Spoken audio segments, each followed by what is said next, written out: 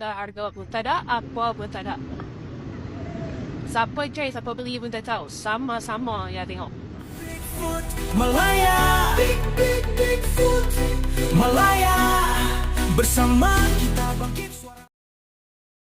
Cuba korang tengok sendiri ini bukan dekat luar negara, tapi ini realiti yang berlaku dekat Pulau Pinang. Sebuah pasar malam yang sepatutnya menjadi lubur rezeki orang tempatan kini dah bertukar wajah. Bukan sekadar dibanjiri pembeli asing, tapi peniaga pun majoritinya warga asing. Mana paginya hak kita? Paling mengejutkan tengok cara mereka berniaga. Selam berjual ayam dan itik hidup, siap boleh sembelih terus dekat belakang lori. Sistem kebersihan ke lautan. Bukan itu sahaja, lebih 50% gerai sayur dan barang basah langsung tak letak tanda harga. Mereka letak harga ikut sesuka hati. Main cas tanpa ada kawalan. Dari abang Nepal, Bangla sehinggalah ke warga Indonesia dan Vietnam. Masing-masing dapat koloni sendiri siap jual makanan tradisi negara mereka. Dan macam tak ada undang-undang. Persoalan besar sekarang, mana pergi pihak berkuasa tempatan? Takkan benda depan mata macam ni pun tak nampak. Duit esen dan duit tapak setiap minggu tahu pula nak kutip. Tapi buat penguasaan, habis pun tarak. Macam mana pendatang tak berizin dan warga asing ini boleh senang-senang dapat esen atau tapak untuk berniaga? Ini hak orang tempatan, hak warga Malaysia yang cari rezeki halal. Kenapa pihak berkuasa terus pejam mata dan ambil mudah isu macam ni? Jangan sampai suatu hari nanti semua pasar malam dekat Malaysia ni lumpuh dan dikuasai oleh mereka sepenuhnya. Pihak berkuasa tolong membangun dan ambil tindakan tegas. Jangan sekadar tahu kutip bayaran, tapi biarkan kedaulatan ekonomi dan kebersihan tempat kita digadai begitu saja. Kita perlukan tindakan drastis sekarang, bukan sekadar janji kosong. Apa pandangan korang tentang isu ni? Cuba korang komen di bawah ni.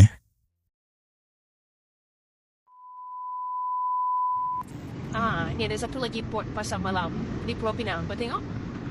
Ni megawat. 90% pembeli adalah warga asing. Kita tak sebut parti ya, kita sebut warga asing. Tapi bukan itu persoalan dia. Persoalan dia, aku tengok dia megawat. Siapa nak cari ayam fresh, kena main kat sini. Ayam mana, itik, ada kambing, ada semua ada. Semua hidup meja hai. Jom kita jalan. Tengok.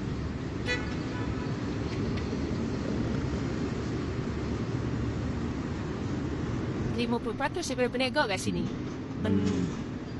meletakkan tanda harga. Ni satu lagi. Tu dia ada juga apa? Itik. Meja hai. 50% ada letak tanda harga. 50% tak ada tanda harga. Semua babang Nepal, babang Bangla, Mina Indonesia, Mina Vietnam. Di mana pihak berkuasa boleh bagi lesen berniaga? Pasar malam ni hak orang tempatan. Tapi yang kita nampak kat sini ada warga asing berniaga. Kita sampai port tadi. Port Bangla penuh. Kat sini jadi kelam. Tak nampak apa. Apalah. Nanti jalan terus. Peniaga buah. Ini ada tanda harga. Jalan ye. Okey. Kita pun dah nak habis ni. Letih harap jalan. Ni pun tak tanda harga. Jadi minta tolonglah. Apa nak jadi dengan negeri Pulau Pinang ni? Segala noda desa kuasa buka mata Malaysia perlu dijaga kekal teguh selalu.